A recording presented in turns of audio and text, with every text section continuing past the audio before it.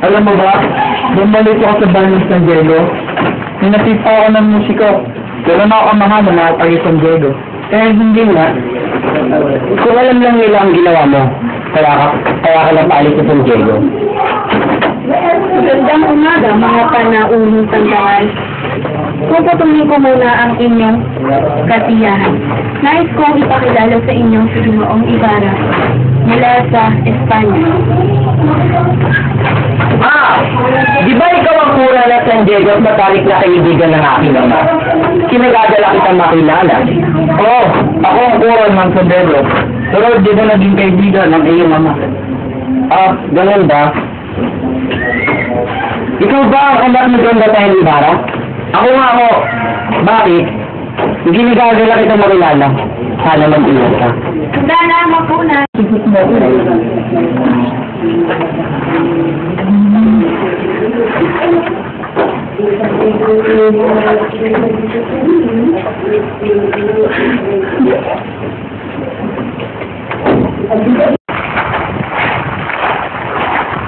Binata, mag-ingat ka.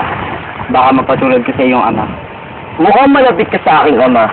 Maaari mo ba ikwento kung ano mga nangyari sa kanya? Ang ibig mo sabihin, hindi mo pa alam? Sabi sa akin ni Kapitán Tiago, ay ikikwento niya daw sa akin bukas. Pero, maaari mo ba sabihin ang mga nangyari sa aking ama? Ang alam ko, tulad ng iba, namatay siya sa bilangguan. Ano? Namatay sa bilangguan ng aking ama? Kilala mo ba siya? Kung hindi ako nagkakamali, siya si Don Rafael Ibarra. Siya nga ang aking ama. Sana hindi ka nagbibiro.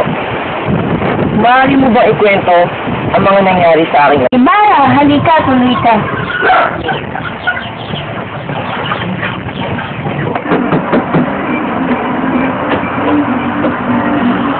Maria Clara, halina. Andiyan na hinihintay mo si Ibarra. Pero tiyo ito, halina. Huwag mo siya paghintay. Halina.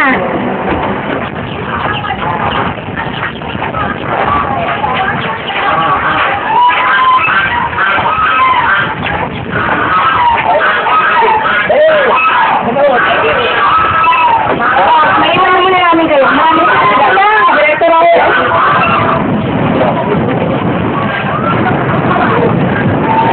Hindi ka naman pinag-isipin yung sarili ko.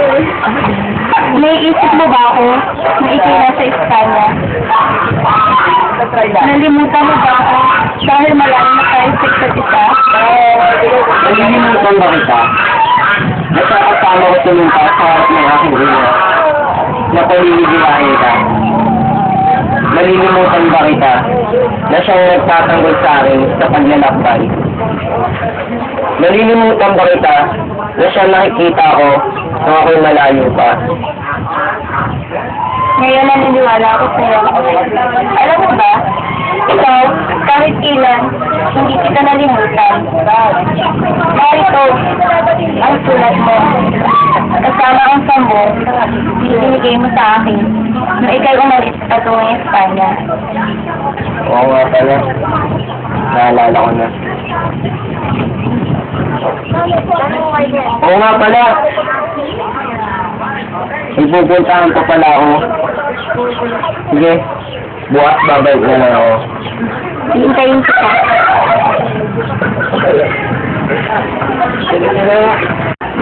Halika naman mo, Clara. Kunin natin ang gamit mo sa biyato.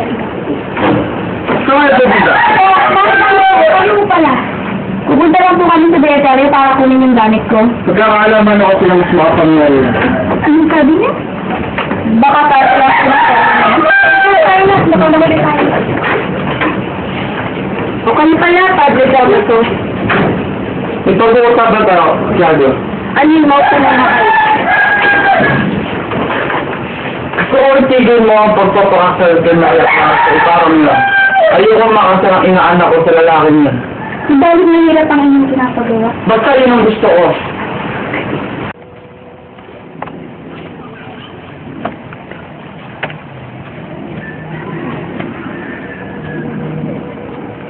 Pare! Hindi mo lang yung bawag. Pare, baho talaga. Sisi mo lang yan. Ako, pare. Ayo.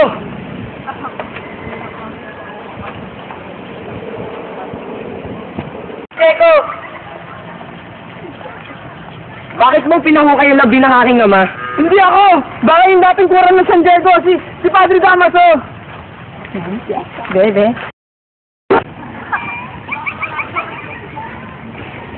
Ginoo.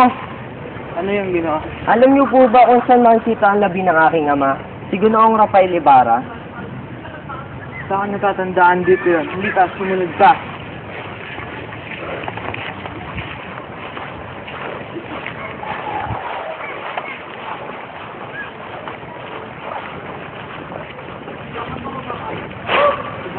Alam dito yun. Bakit wala na? Saan palagay? Pinahukay yun ng kura. Ganun ba? Bakit kaya wala pa rin ng dalawang bata? Pero, alam ko darating sila.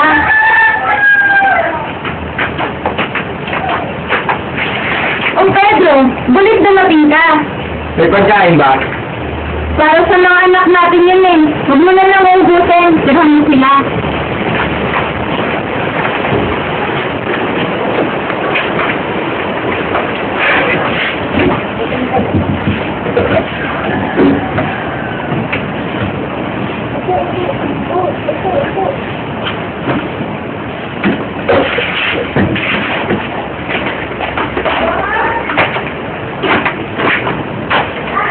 Ang dalawang bata. Hintay mo na lang sila. Nasa kumbento pa. Buti na alala mo sila. Hindi, aalis na ako. Tira mo na ako ng dito sa sweldo nila. Wala nang sinirang pagkain si Pedro. Inubos na lang ha. Wala nang silang kakainin. Hindi na lang makakain. Bibigay ko na lang sa kanila.